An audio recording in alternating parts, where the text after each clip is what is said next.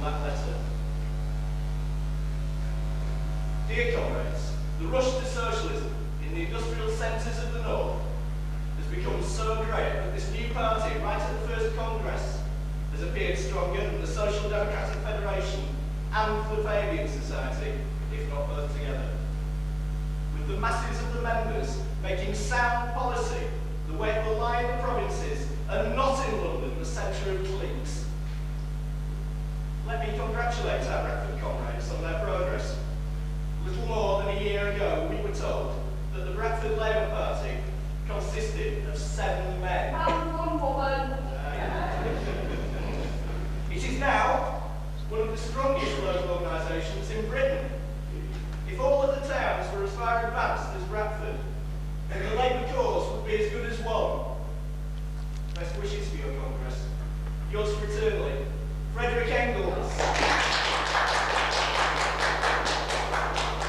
18 months ago, 5 people gathered in a room in this town, licking their wounds after the defeat of the Manningham Mills strike.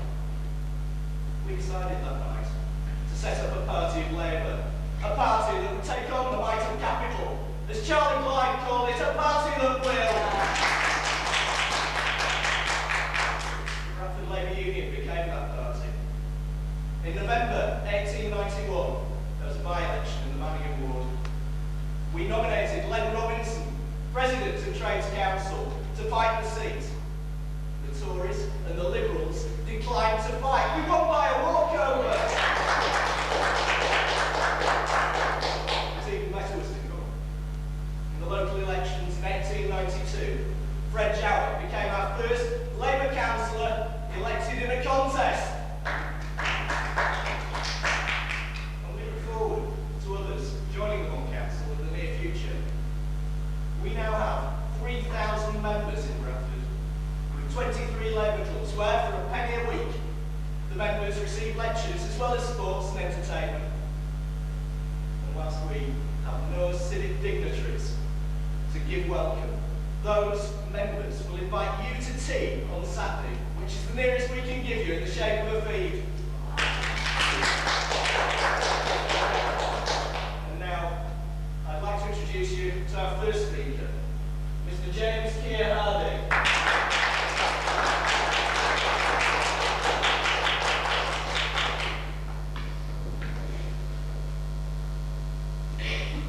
This is a momentous occasion. All eyes have turned toward Bradford.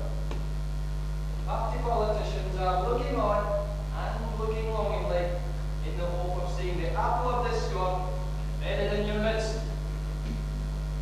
But behind us are wailing, voiceless millions, whom we specially represent.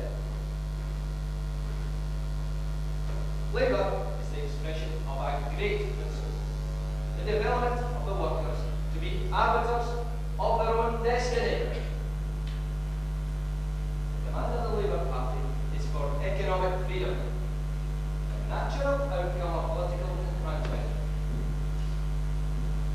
The aim of the Labour movement is to divert the workers' attention away from questions of reform, no matter how important they may be, and to concentrate their efforts on the one problem of how to restore to the working classes the capital and the land, without which they cannot live.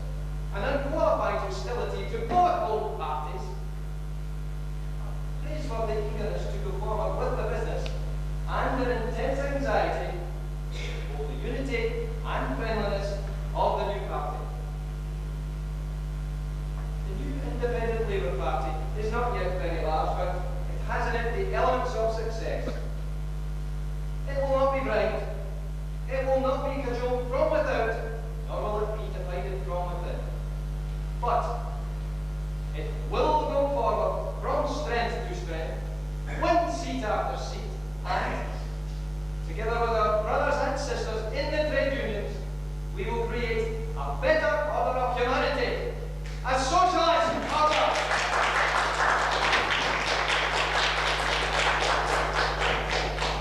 Thank you, brothers, for that address. Now we move on to the business of the day.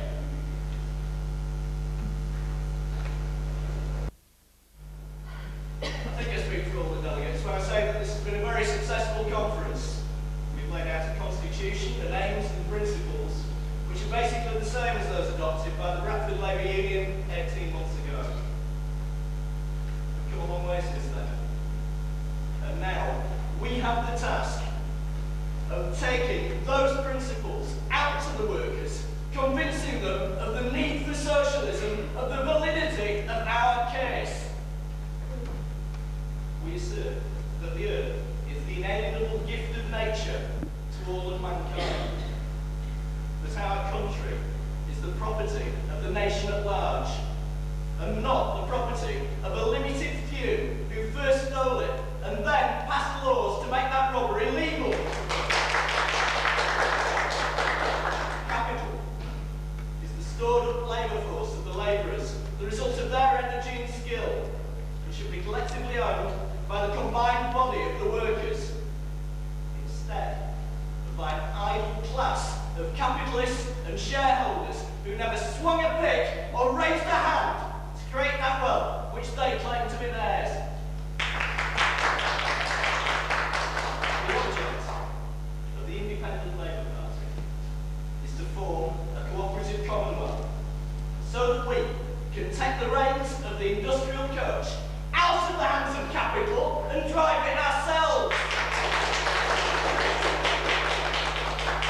Today, we have taken the first step to prevent working man fighting working man at the polls to decide who is going to have the privilege of plundering him.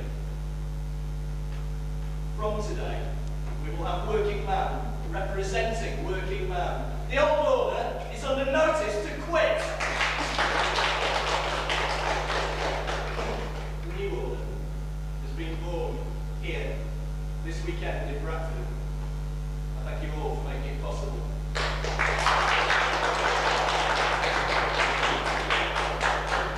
And now, to move the vote of thanks to close the conference, I would like to call on one of our Bradford members, one of the leaders of the Manning and Mills strike, which was so influential in our development. I call on Vincent O'Hara.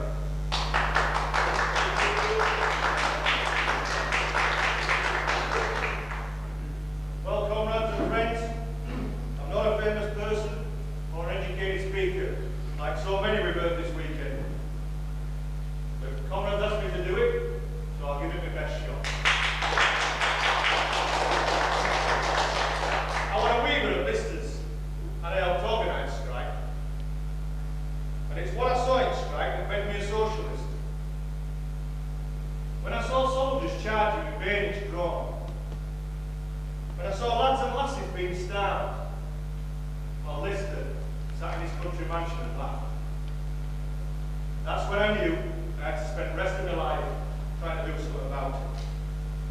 So I joined with Willie Drew and Ben Turner and the rest, and we formed Bradford Labour Union 18 months ago. You know, seems like 18 bloody years. Aye, it's been 18 months of persecution from gaffers, but also from top trade union leaders. Everybody who's joined us suffered ostracism, but they haven't stopped us. All they've done is create a bond between us, a bond of brotherhood that more than makes up for suffering that political opposition inflicts on us. Only them that's had glory and fighting against all odds can ever understand joy that comes from braving all, enduring all, for a great vision and a great cause. This is our great cause. Born out of misery and suffering that we saw in strike. I lost my first born in that strike.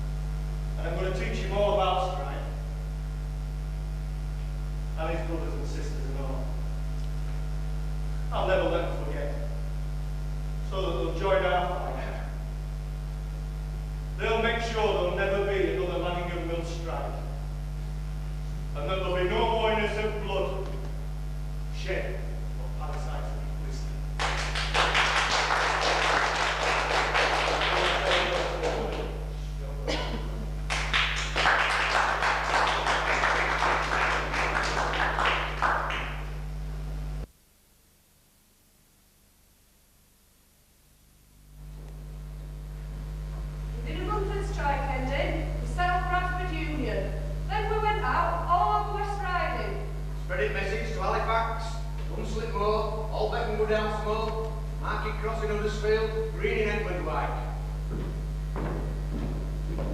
Batley and Dewsbury marketplaces. Bullring in Wakefield. Setting up labour unions in town and village, we never tired of putting our message across. Because it were a message of socialism. Because it was the message of the future. Our future.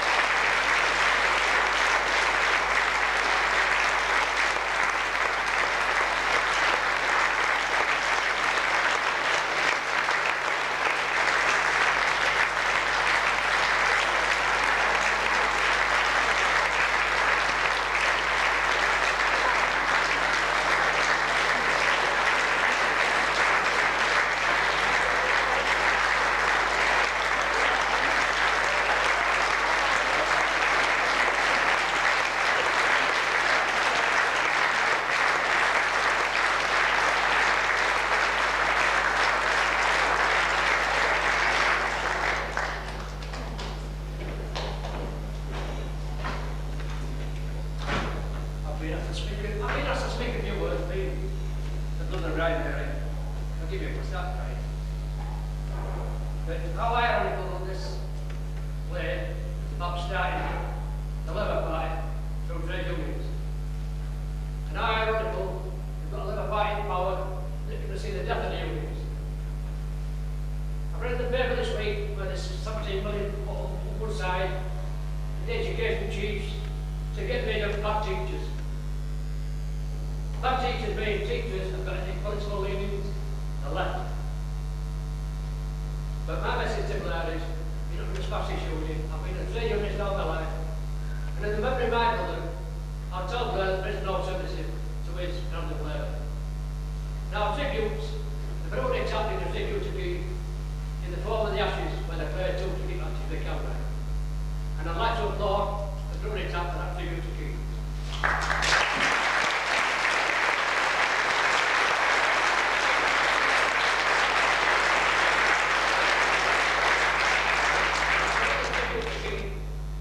And that's why I can feel there tonight. It's a love from his family, from his friends, and from his enemies.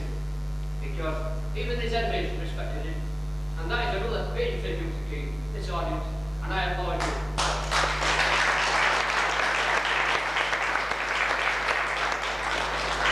The third tribute is, I came here in the last play I was in it. This time I thought it was so traumatic to rehearse, so I backed out. There's people in this cast about father greatly traumatic experiences of sad loss, and I have. But they put that aside to come down twice a week to rehearse. Now, last time I did the play, we didn't have the benefit of the slides at the back. But tonight I sat there, first time in the audience, and all of the slides I thought, this is magic, this is live theatre. And years ago, Keith got 5 people together, all revoking lots of losses. And the press guy was in there doing things we didn't want to do. What a politician he would have been. So we all formed, and I didn't have in the shop, you know, and I said, no, I want to go home with him. I don't know. He still the discipline in all of us. And it was 12 people from different walks of life. We all never met. And he got us again and he rehearsed. And then when he picked up and did the play, you're all nervous, you're all remote class. And then when he rehearsed, he said, 3 weeks before the actual play, that's it. And we were all checking, what do you mean that's it? He said, I'm fully confident in you that you can go on, perform, you don't need any more rehearsal. And we were begging for rehearsals, more rehearsals, he said, nice week. He said, no, I said, that's it. 3 weeks, he said, and you've gone, you performed, and they did. But tonight I was amazed on this guy. I mean, my only regret for 5 minutes is that I can't see quality. A performer like this,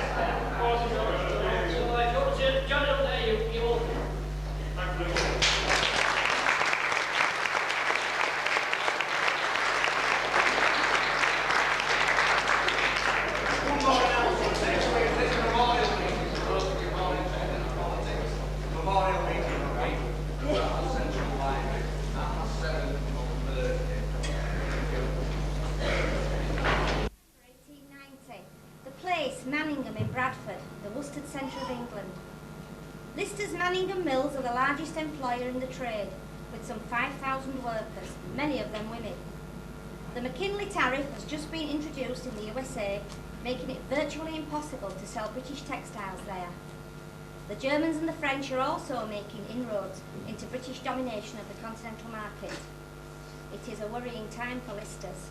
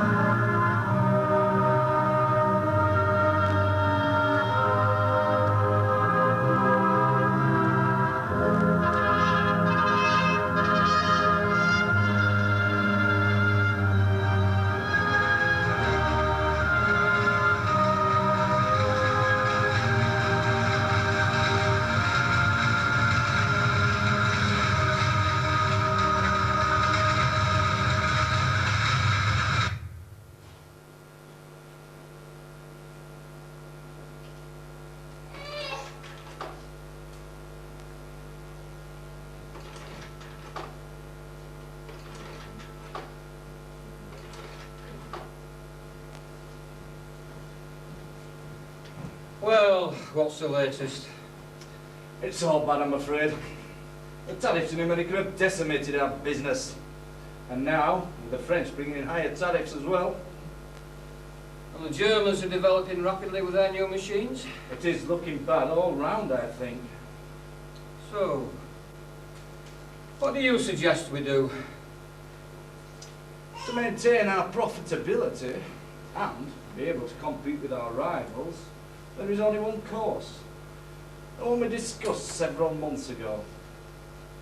Wage cuts. Yes. Well, I suppose it was inevitable once those tariffs came in, but I don't like it. There will never be a better time. With all the overtime we've been working, our stocks are at record levels. And with Christmas coming up, I won't be so keen on striking. We could start with some of the unskilled women. None of them are in a union. So even if they did strike and get no support, it would be over in a matter of days. Yes. Divide and rule. Start with the weaker sections, and then when they're beaten, move on to the stronger. By the time we come to deal with the 2% in the union, they'll be so demoralised there'll be no support for strike action. Even if they did back the women. They have no organisation, no funds. And we will be saving money on wages and production costs.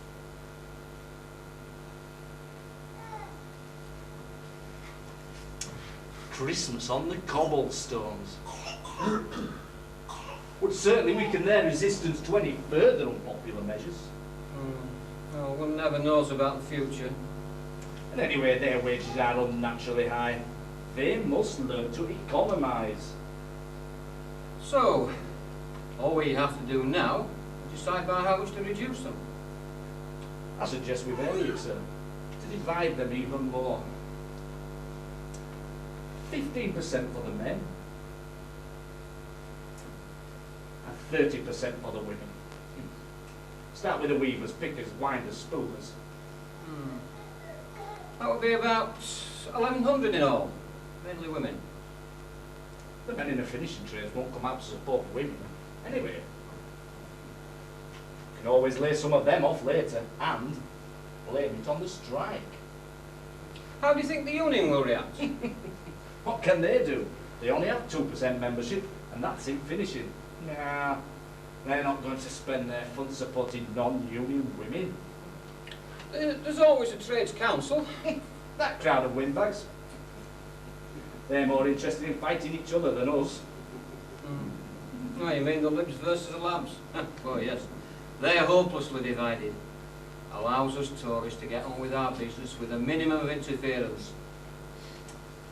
When do you think we should announce it, sir?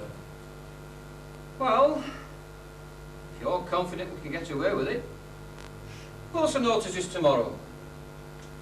To take effect from when, sir? Christmas Eve. That'll make him think twice. Eh? Nice touch, sir. If you don't mind my saying so. Not at all, my dear Isaacson. Not at all.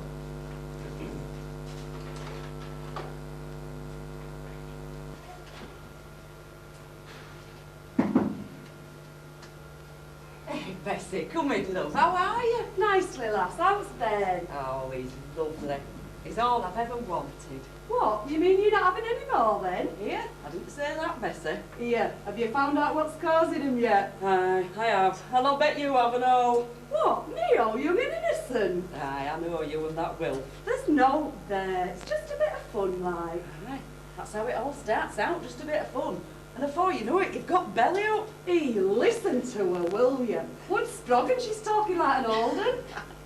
I just don't want to see you in trouble, that's all. There's no danger of that, I can tell you. He's a perfect gent, that Will.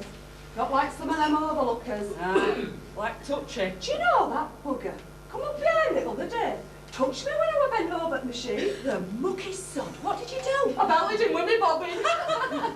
What did he do? They had me in office in front of Gaffer. Oh, what did he say? Can't have you lasses attacking foreman with bobbins. So what did you say? I said, when he stops touching my ass, I'll stop belting him with me bobbin.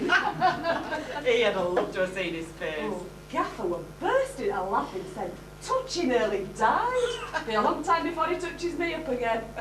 Hey, do you know, I miss the laughs that we had. Aye, but it must be nice not having to get up in the morning. What? I still have to get up to get his dad off to work. And I feed him. Aye, but you rested dirty yourself, little thing. I've still a lot of cleaning, cooking, shopping to do. And I've got to feed Ernest. Well, most women have to do that and work 12 hours a day and all. Here, I'll be back doing it soon as well. I mean, we can't live on one wage. Hey, it's a bugger, lass.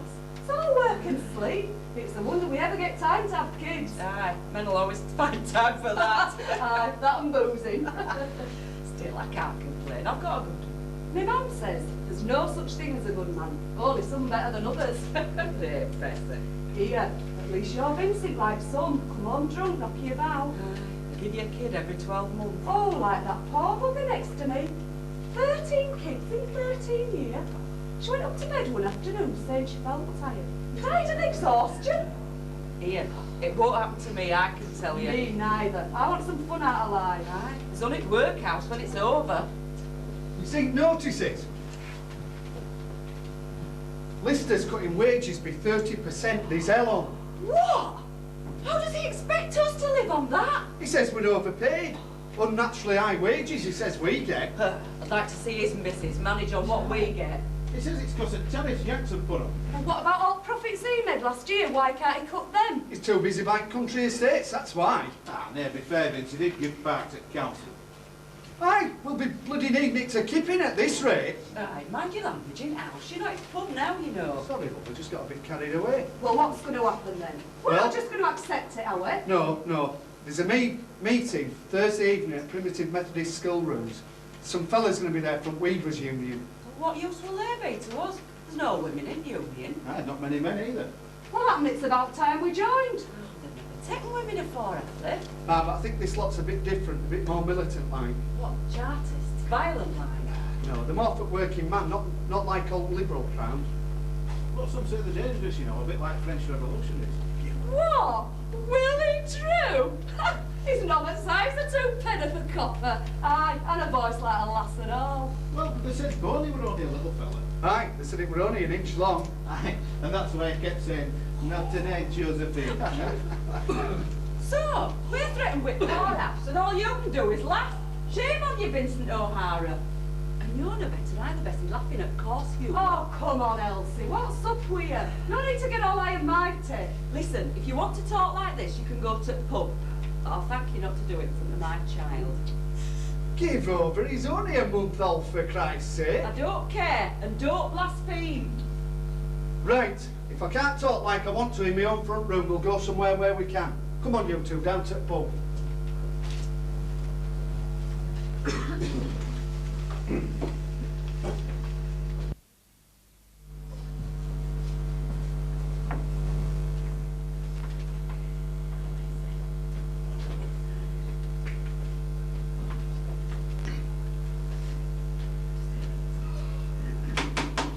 Right, ladies and gentlemen, have some quiet, please.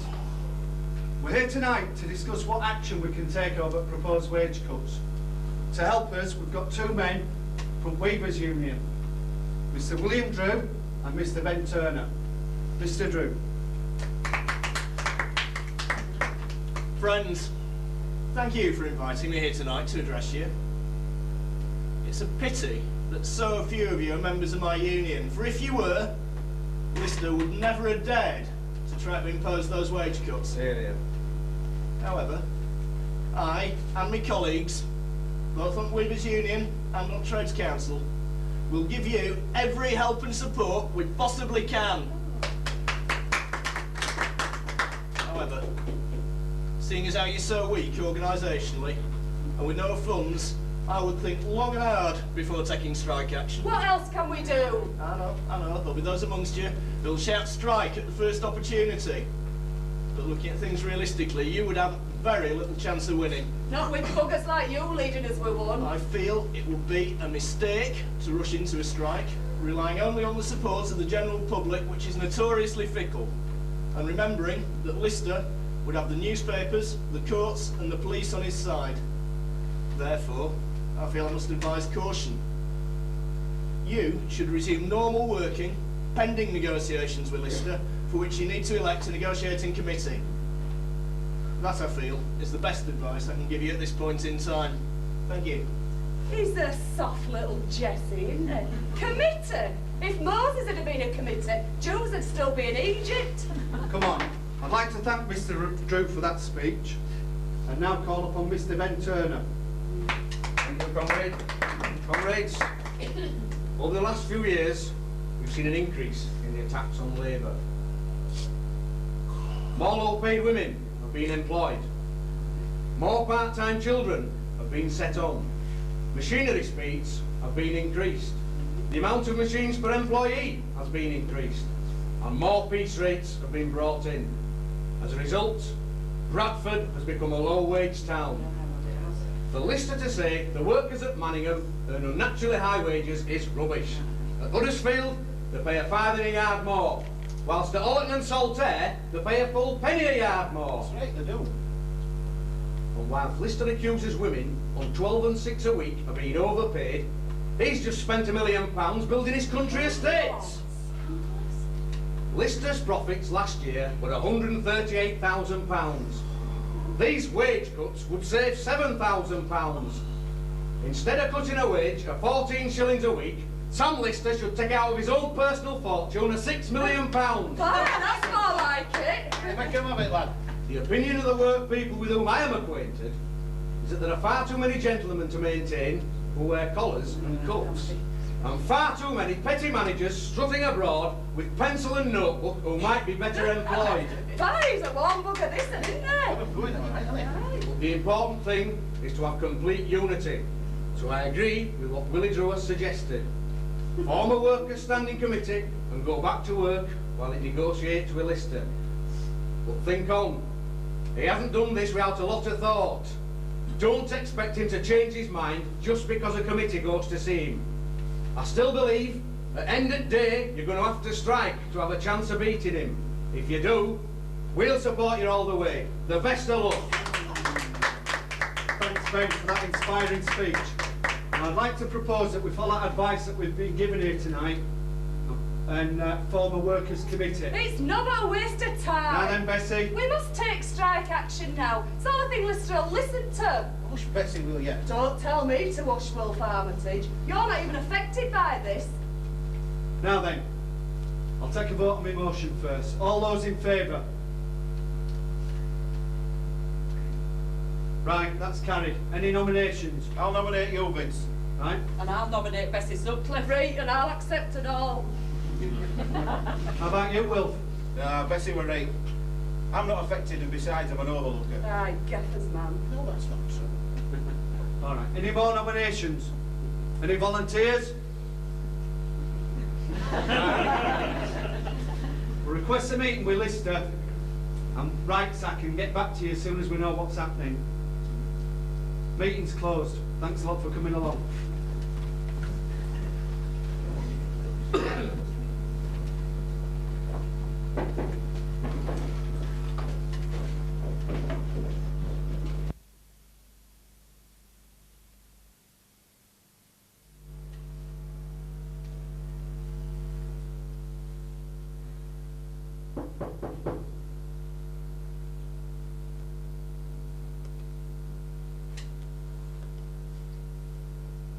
Morning, Mr. Lister. Mr. Wrightsack. Morning, Mr. O'Hara, sir. Vincent O'Hara and Weaving. What can we do for you and your committee? We were hoping that you could reconsider these proposed wage cuts. Out of the question, I'm afraid. But we can hardly manage as it is. Well, these are difficult times for all of us. We must all economise. We've very little to economise with. Well, that's not what Mr. Wrightsack tells me. Hey, Wrightsack. Yes, I'm afraid we have been paid too high a wage for too long, and we can no longer afford to do so. Well, I'm afraid workers don't agree with you there. I would hardly expect them to. But perhaps if the women spent a little less on finery, and the men a little less on drink. Finery? What? Finery on these wages? What? When he's telling barefaced lies? I beg your pardon? Lies, you heard me, lies. You're not paying any more than other firms. I and less than some. I'm afraid you are misinformed. By you we might be, but not by workers at Allerton and Saltaire. Aye, and at Huddersfield, so unions told us. This has nothing to do with the unions. Well, that's where you're wrong, because union are backing us. Unless you reconsider, you're going to have a strike on your hands. Have you considered the implications of that threat? What do you mean? We have been working overtime for some months now. We have record stocks, which because of the American tariffs we can't sell. Well, that might be, but that's not our fault. That may be true, but neither is it the fault of our shareholders, who have risked their capital to provide you with employment. Aye, but we risk our lives. But surely you can see, if we put our shareholders at risk, they may well look elsewhere to invest and jeopardise all our jobs. Well, that might be, but... And this is only a temporary measure, until the market works itself out. Then it's back to business as usual. What? Back to you buying more country mansions? That is totally uncalled for. Why? Why should he economise as well? Mr. Lister has his position to think of. Aye, and we've ours to think of and all. We won't be shoved at Parliament Park to keep you lot in luxury. Really, I think this meeting has achieved no worthwhile purpose. I don't agree. It showed us there's no common ground. You don't understand us, and you don't care. Mr. Lister has always cared deeply about his workers. Aye, and his horses and dogs as well. Really, I think we should end this unseemly argument. No, you started it, but we'll end it.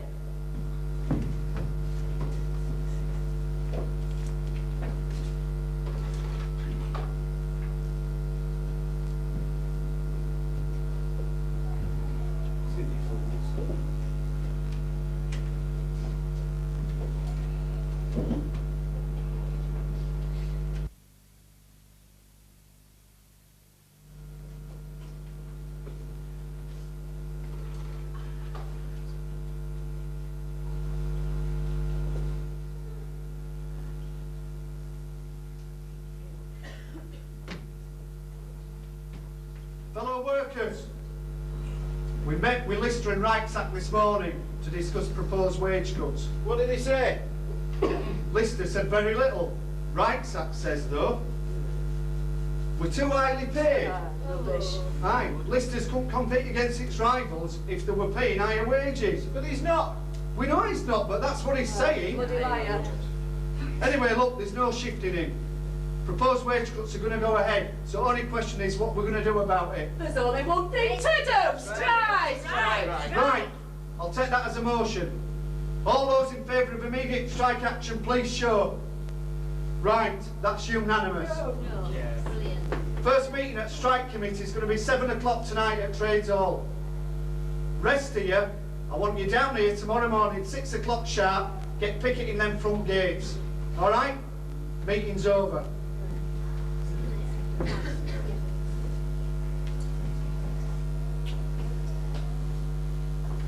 Well, that's that.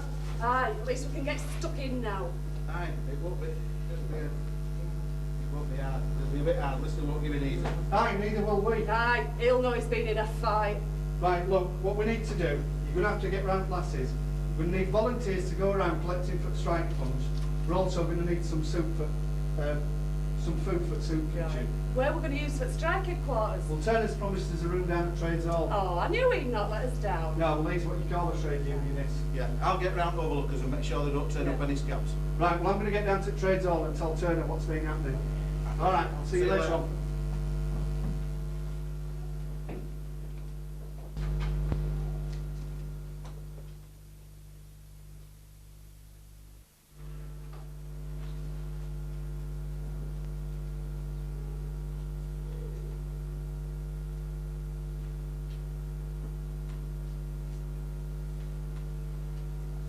Now then, lad, how'd it go with Lister? Like you said, not doing.